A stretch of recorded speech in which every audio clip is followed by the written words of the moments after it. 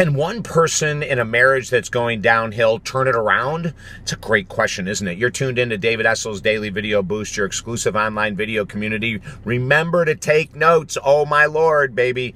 Don't pass these videos by. I got another email the other day from a guy. I shared this before about a woman who's a member of the Daily Boost.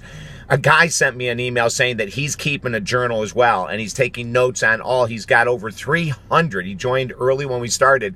He's got over 300 pages of notes on these videos.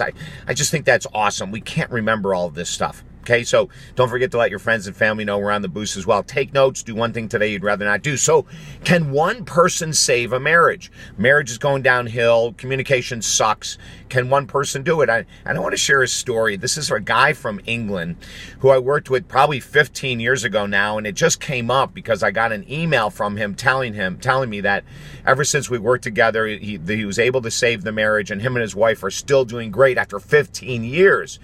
But he contacted me because he wanted to do work and see if he could save the marriage, but he was afraid of one thing.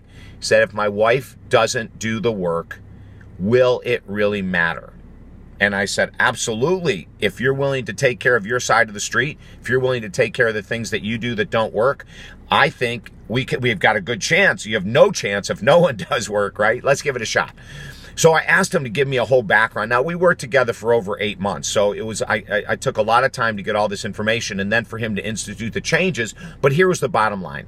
He grew up in a dictatorship.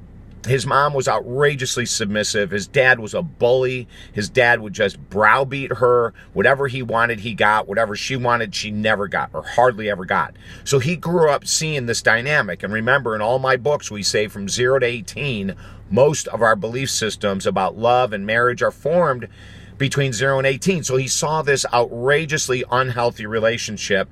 He took it in the subconscious level. In all of his relationships with women, he just did what dad did. He thought that was a normal way for men to act. It never worked. And the current marriage that he was in for 20 years, it hadn't worked. They'd been in hell for 20 years. When I asked him to do a writing about all the different times his dad had disrespected his mom, I mean, it was pages and pages and pages. And then I asked him to do the next letter or next exercise for us that, of course, most people don't want to do or they'll lie about it. And I said, how are you similar to your dad in your marriage? And it was a copycat marriage. He was demeaning. If he didn't get his way, he would pout until he got his way. He would yell and scream to get his way. He couldn't believe what he was reading. So we went about to change it, and he was masterful. Now, it took 4 months of change, and one day his wife came around the corner and said, I don't know what you're doing with this guy in the United States, but it's working. It was the first time she had ever let her guard down because she wanted to see if this was going to be lasting. In that moment, he started crying, she started crying, and the marriage was saved. Now, here's something interesting. When he said to her, do you want to work with this guy, David? She goes, why should I? All the work you're doing is save the marriage. There's no need for me to do it. And he laughed and said, okay. They're still doing great. Do that exercise with yourself, okay? And if you need help, email me directly to this video or visit talkdavid.com, okay? I'd love to help you. We can radically turn around and save many relationships today. Have a great day.